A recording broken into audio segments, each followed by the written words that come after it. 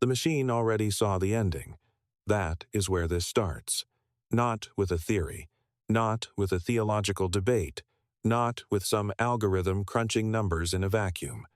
It starts with a result that should not exist. In early 2024, a team of researchers allegedly fed Grok, the artificial intelligence built by Elon Musk's XAI, the entire book of Revelation. Every verse, all 404 of them. They fed it the original Greek, multiple English translations, thousands of pages of historical commentary, cross-references to Daniel, Ezekiel, Isaiah. They fed it 2,000 years of war data, economic cycles, natural disaster records, technological acceleration curves, and geopolitical mapping. And when the processing was finished, Grok did not produce a summary. It did not spit out a devotional. It produced a timeline. A specific, structured, phase-by-phase prophetic timeline linking ancient biblical imagery to modern global systems, and it placed the culmination window somewhere between 2032 and 2037.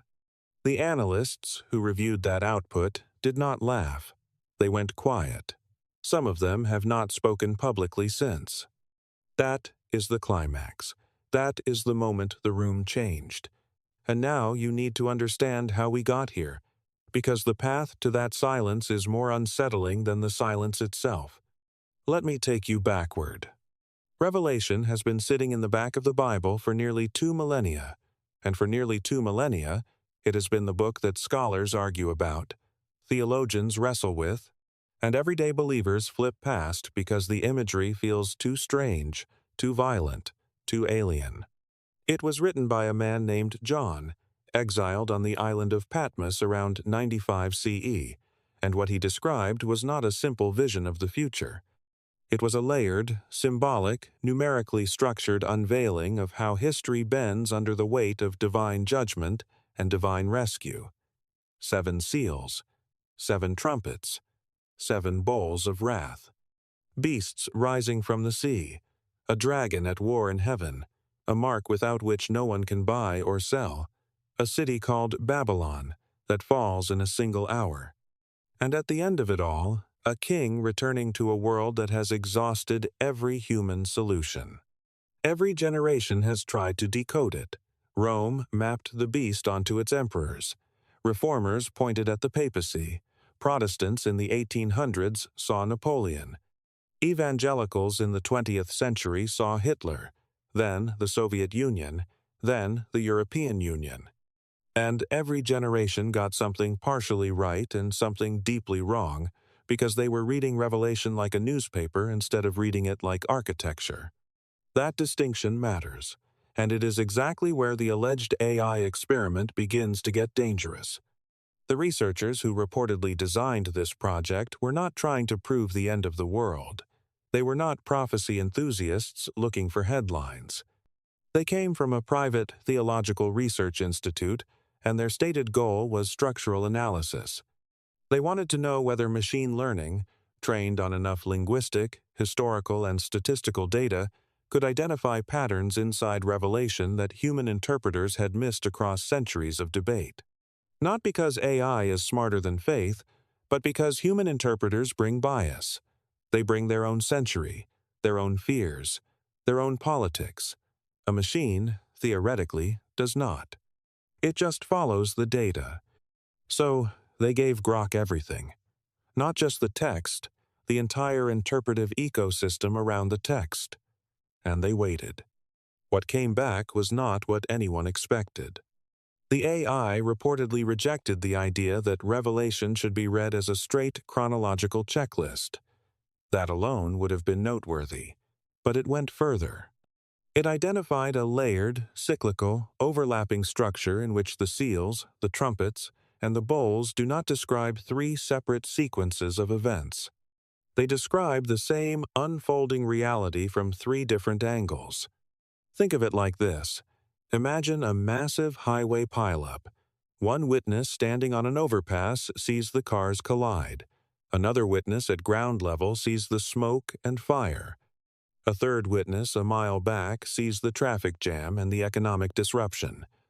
All three are describing the same catastrophe.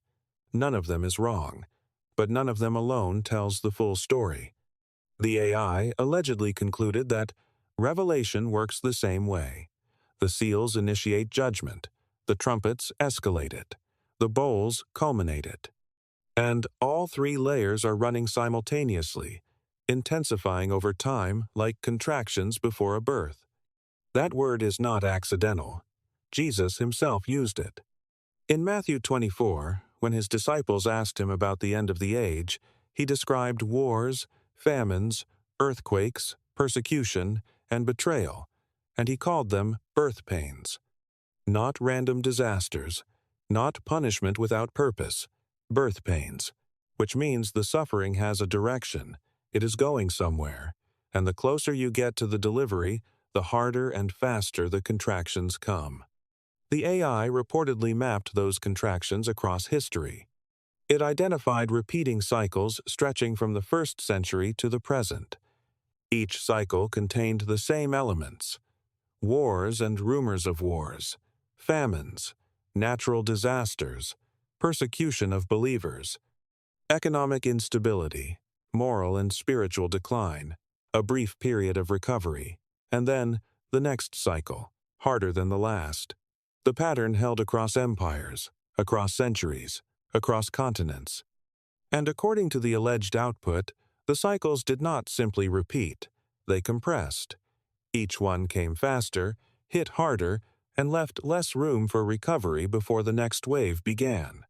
And then the AI identified a breaking point: 1914, World War I. The moment global civilization shifted from human-paced conflict to mechanized, industrialized, world-consuming war. Before 1914, nations fought with cavalry and cannons. After 1914, the world bled with machine guns, poison gas, aerial bombardment, and a death toll that made every previous war look provincial.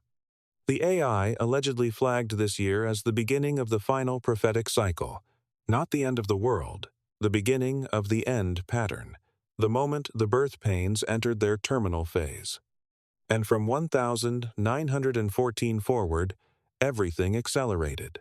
Technology, communication, surveillance, economic interconnection, political consolidation, environmental degradation. The rise of global governance structures, first the League of Nations, then the United Nations. The shift from gold-backed currency to fiat money in the 1970s, which the AI reportedly categorized as a preparatory economic transition, the digital revolution, the internet, the smartphone, social media. And then, after 2020, what one version of the output allegedly called the zero-delay variable. The point at which global change compressed from decades into months, and the gap between crises disappeared entirely. Stay with me here, because this is where the timeline turns personal. According to the alleged Grok output, the final 7-year period described in Revelation, the period theologians call the tribulation, has a most statistically probable start window between 2025 and 2030, with 2027 flagged as the single most aligned year. The culmination window falls between 2032 and 2037. And the AI did not arrive at these numbers through mystical guessing. It reportedly ran over 200 statistical correlations between Revelation's imagery and real-world data trends, and it concluded that the probability of those patterns being random coincidence was less than 1 in 1,000. Let that sit for a moment, not because AI is infallible, not because a machine can decode the mind of God, but because of what it means if even a fraction of those correlations hold. The beast system described in Revelation 13 is traditionally imagined as a single future dictator, but the AI allegedly reinterpreted it as something far more disturbing, not a person, a convergence. Technology, economic control, political authority, digital identity, AI surveillance, biometric tracking, and central bank digital currencies all merging into one integrated global system. The beast is not someone you will meet. It is something you will live inside. And the image of the beast, the thing that speaks and governs and identifies threats, the AI reportedly mapped that to the trajectory of artificial general intelligence. A machine mind present in every screen, every device, every transaction, able to monitor, reward, punish, and persuade at scale. And the mark? Revelation says no one will be able to buy or sell without it. The AI did not interpret this as a tattoo or a barcode. It interpreted it as a permanent biodigital connection to the global economic grid. Palm scanning, brain-computer interfaces, digital wallets fused to biometric identity. The technology is not hypothetical. Neuralink exists. Biometric payment systems exist. Central bank digital currencies are being piloted by dozens of nations right now. The infrastructure for a world in which exclusion from one system means economic erasure is not being predicted. It is being built. Now, rewind the trumpets through that lens and watch what happens. Revelation 8 describes something like a burning mountain thrown into the sea. The AI reportedly correlated this with asteroid impact scenarios, volcanic eruption models, and oceanic dead zone data. A third of the sea turns to blood. Marine ecosystems collapse. Revelation 8 also describes a star called wormwood falling from the sky and poisoning a third of the fresh water. The AI allegedly mapped this to orbital debris trajectories, satellite collision models, and toxic contamination scenarios. The sun, moon, and stars go dark. Volcanic ash. Geoengineering failure. Atmospheric collapse. Mount Tambora erupted in 1815 and created a year without summer across the northern hemisphere.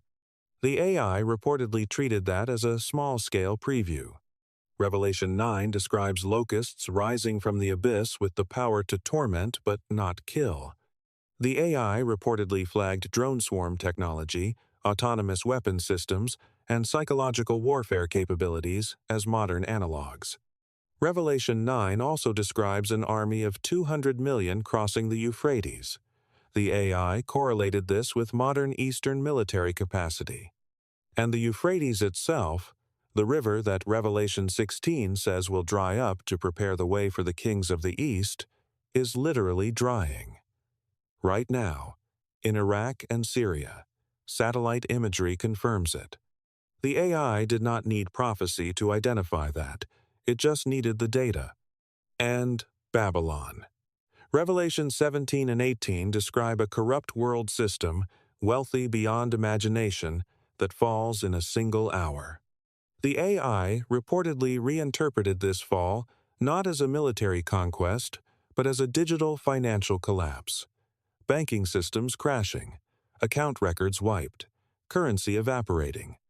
The alleged model placed this event around 2029, echoing the crash of 1929, but on a global technological scale where the phrase falls in 1 hour becomes terrifyingly literal. In a digital world, total economic collapse does not take months, it takes seconds. Now, here is what the researchers did not expect.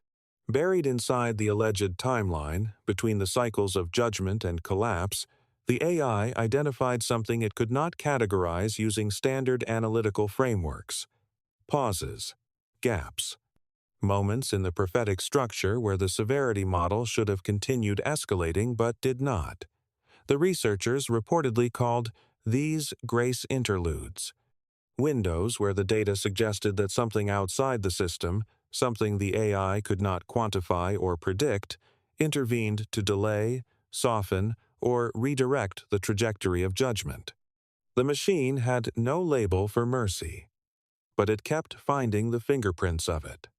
And that might be the most important detail in the entire alleged output, because Revelation is not a horror story. It has always been, at its core, an unveiling. The word apocalypse does not mean destruction. It means revelation, uncovering. Pulling back the curtain so you can see what has always been true beneath the surface of history. And what has always been true is that God is not absent. He is not passive. He is not watching from a distance while the world burns. He is sovereign over every seal, every trumpet, every bowl. He is the one who holds the scroll. He is the one who sends the warnings. And he is the one who keeps inserting mercy into a timeline that human rebellion should have ended long ago. The AI could model war. It could model weather. It could model economic collapse and ecological ruin, and the trajectory of every measurable system on Earth. But when the timeline reached its final point, the alleged return of Christ, the model hit a wall. The math broke. The algorithms could not proceed. Because you cannot calculate the arrival of a king who exists outside of time. You cannot predict the moment when heaven opens, and the one who has been holding history together steps back into it. The researchers reportedly described this as the point where math ends and eternity begins. And that is where the terror of the analysts becomes something else entirely. Think about what Isaac Newton spent his final years doing. Not physics, not optics, not calculus. He was studying the book of Daniel and the book of Revelation, trying to decode the prophetic timeline with the most powerful analytical mind of his century. He did not succeed, but he believed the patterns were real. He believed that history was not random but divinely ordered, and that the vials and trumpets described events that would actually unfold. Blaise Pascal, the father of probability theory, reached the same conclusion from a different direction. The deepest truth he found was not mathematical. It was personal. The God of Abraham, Isaac, Jacob, and Jesus Christ. He wrote it on a scrap of paper and sewed it into the lining of his coat, and it was not discovered until after he died. Francis Collins, the scientist who led the Human Genome Project and helped decode the blueprint of human life, did not find DNA to be evidence against God. He found it to be language. Language pointing beyond blind matter toward an intelligence that authored the code itself. These were not gullible people. These were minds trained in the hardest disciplines of analysis, and they arrived at the same place. Not because faith is irrational, but because the evidence kept pointing in one direction, and eventually, refusing to follow it became the more irrational choice. Now, consider this. In 1993, archaeologists at Tel Dan in northern Israel uncovered a broken stone inscription containing the phrase, House of David. For years, skeptics had insisted David was a legend. The ground disagreed. An inscription discovered at Caesarea confirmed the name and title of Pontius Pilate, the Roman prefect who presided over the crucifixion of Jesus. Pilate is not a character in a myth. His name is carved into stone. The Roman historian Tacitus, writing decades after the crucifixion, recorded that Christus suffered the extreme penalty under Pontius Pilate during the reign of Tiberius, and that his followers had spread so rapidly they were already visible and persecuted in Rome itself. The Dead Sea Scrolls, found in caves near Qumran, contained roughly 400 manuscripts, including about 100 biblical texts covering nearly every book of the Hebrew Bible, preserved for over 2,000 years in the silence of the desert. The Bible did not float down from legend. Its textual world is anchored in manuscripts, fragments, communities, and recoverable history. And the Book of Revelation, the strangest and most contested text in that collection, is not a hallucination. It is the final architectural statement of a library that has survived every empire that tried to destroy it. If you have followed this far, if something in you has been paying attention not just with curiosity but with something deeper, I want to ask you to do one thing before this ends. Subscribe to this channel.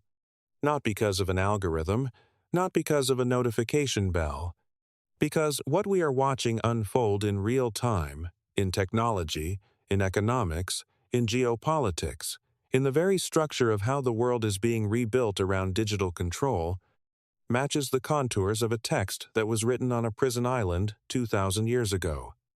And if that is true, even partially, then you cannot afford to stop paying attention. Now come back to the beginning. Come back to that room where the analysts went quiet. They went quiet because the AI did not tell them something new. It told them something old in a language they could not dismiss. It took the prophecy they had filed under religion and translated it into data, correlations, probability models, and trend trajectories. And the data said the same thing John said on Patmos, the same thing Jesus said on the Mount of Olives, the same thing Daniel saw in a vision and sealed until the time of the end. The birth pains are not coming. They are here. They have been intensifying for over a century. The systems that Revelation describes, the beast infrastructure, the Mark framework, the Babylon economy, the surveillance architecture, are not predictions anymore. They are projects. They have budgets. They have timelines. They have engineers. And the AI, the most advanced pattern recognition system ever built, looked at all of it, looked at the ancient text and the modern world and the space between them, and it did not find randomness. It found structure. It found acceleration. It found convergence. And at the end of the model, it found a wall it could not see past. Because what comes after the final trumpet, after the last bowl, after Babylon falls and the armies gather and the sky splits open, is not calculable. It is not a trend. It is not a data point. It is a person. The Lamb who opened the seals, the King who was slain before the foundation of the world, the one whose return has been written into the architecture of reality since before the first star burned. The machine measured everything it could measure, and at the edge of measurement, it stopped. Not because it failed, but because it reached the boundary of what math can hold. And beyond that boundary, right now, something is already moving.